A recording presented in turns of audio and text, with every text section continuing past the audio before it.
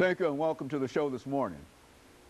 The topic this morning is the Freedom Rides, and we have a participant in the Freedom Rides that occurred in May of 1961, Mr. RPatton. And of course, Mr. Patton, let me welcome you to the show this morning. And thank you.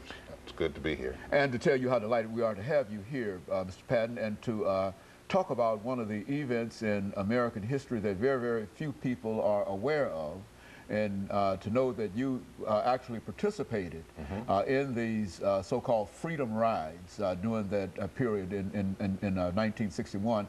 And we want to talk about that and to give our audience some impressions in terms of some of your experiences there. But before we do that, Mr. Patton, let's have you to talk about your background, your education, and some of the things that were important in your life that eventually led you to where we are today. Okay, well, I'm a Nashvilleian, born here in Nashville, Tennessee. I attended the public school here, head school, old head, then over to Fort Greene, Pearl Elementary, and then into Washington Junior High, Pearl, and on to Tennessee State.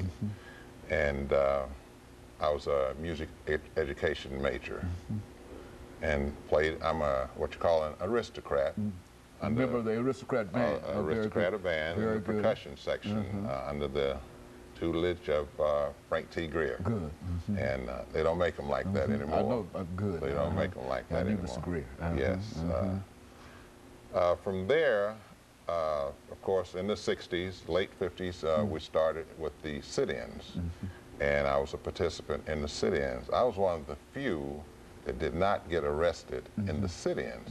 I attended all the workshops and basically was a runner in the sit-ins.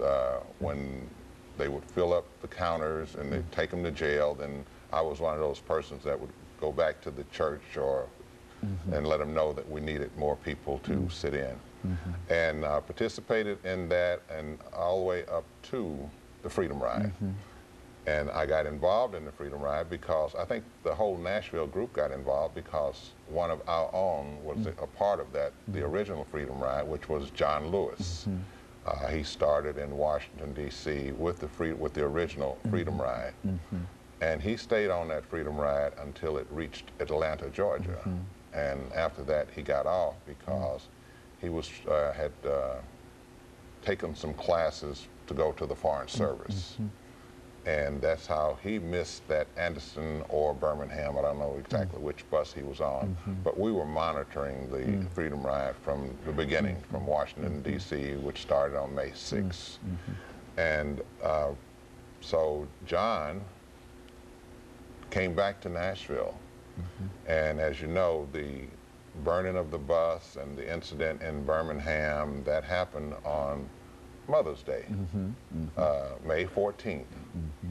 And I guess John decided not to go to the Foreign Service. He had passed all the tests, had his airline tickets and everything, and he was a part of the first group to leave Nashville. Now, you might ask, why would you take part in the Freedom Ride when the person, Jim Farmer, who was one who set up the Freedom Ride, who put this whole thing together, advised the Nashville group not to continue because of the burning of the bus in Anniston and the incident that happened in Birmingham where they picked up one of the riders and just threw him to the back of the bus, and he is paralyzed today. And Diane Nash talked to Jim Farmer. When they left Anniston and Birmingham, they went to New Orleans. And she talked to him, and he advised her not to send anybody else on the Freedom Ride. It was just too dangerous.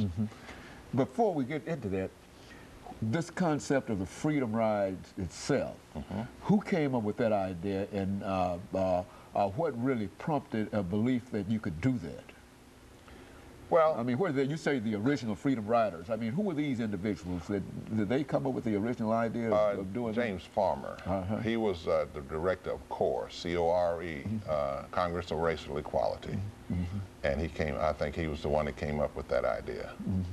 And so the idea... He put a team together I think it was 6 blacks, 6 whites, and they were testing the facilities in the Greyhound and Trailway bus terminal.